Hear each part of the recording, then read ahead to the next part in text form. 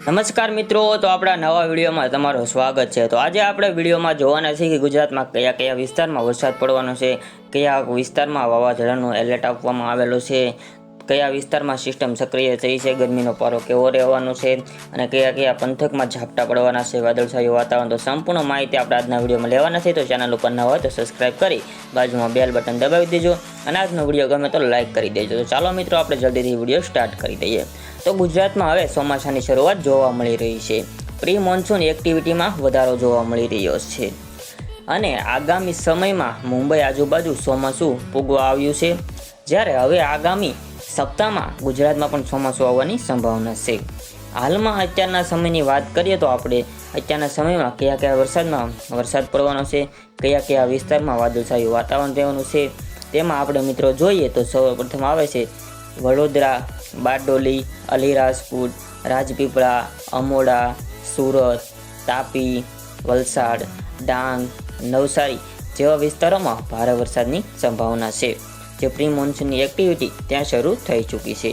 તો તે ઉપરાંત વાપી, બારડોલી, કાપરડા, વાની, સાપુતારા, ભવનાથ, અંબુસી, વલસાડ, દમણ આજુબાજુના વિસ્તારોમાં ઉકાઈ, ધરમપુર, વણસા, ડાંગમાં ભારે વરસાદની સંભાવના કહી શકાય છે, જે હવામાન દ્વારા આગાહી કરવામાં આવી છે। તો અલગ અલગ જે ગામડામાં અને જિલ્લાઓમાં, તાલુકામાં વરસાદની જોવાની સંભાવના છે। આ વરસાદની season pre monsoon activity start થઈ ગઈ છે, જ્યારે દાહોદ પંથકમાં વિસ્તારોમાં દાહોદ, ગોધરા, બારડોલી, ધારી જેવા વિસ્તારોમાં ક્યાંક હળવા વરસાદની આગાહી સંભાવના વ્યક્ત કરવામાં આવી છે। તો આગળ હવે આપણે જોઈએ કે અરબી સમુદ્રમાં જે સિસ્ટમ સક્રિય બની છે તે કઈ રીતે આગળ વધે છે। તો આજ સાંજ સમયમાં ખાસ કરીને દક્ષિણ ગુજરાત, ઉત્તર ગુજરાત સહિતના વિસ્તારોમાં સમાન વરસાદ પડી શકે છે। આ વિસ્તારો પ્રી મોન્સૂન એક્ટિવિટી દાહોદ, ગોધરામાં જોવા મળશે। તો અલગ અલગ વિસ્તારોમાં પ્રી મોન્સૂન એક્ટિવિટી જોવા અત્યારે મળી રહી છે અને હાલમાં મુંબઈ આજુબાજુ જે વરસાદ ચોમાસું પૂગવા આવ્યું છે, જ્યારે એક સપ્તાહ થશે એટલે ગુજરાત તરફ આગળ વધશે અને ગુજરાતના ગરમીમાંથી રાહત અપાવશે। તો ગુજરાતના અનેકો જિલ્લાઓ અને તાલુકામાં વરસાદ જોવા મળી શકે છે।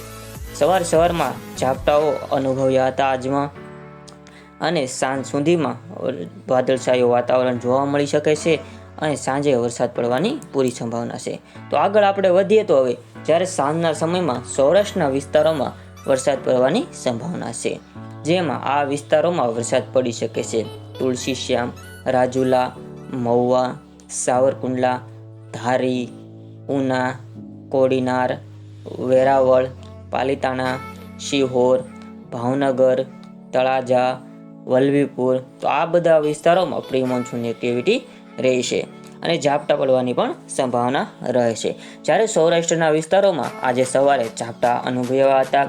મહુવા, ભાવનગર, તળાજા જેવા વિસ્તારોમાં સવારમાં ઝાપટા અનુભવ્યા હતા।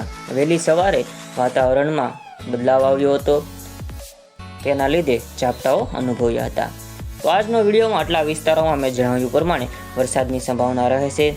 પવનનું તો હમણાં મિત્રો કાંઈ છે નહીં, તો આગળ વધીએ તો આપણે જે મિત્રો તેની પૂરી સુવિધામાં રહેશે।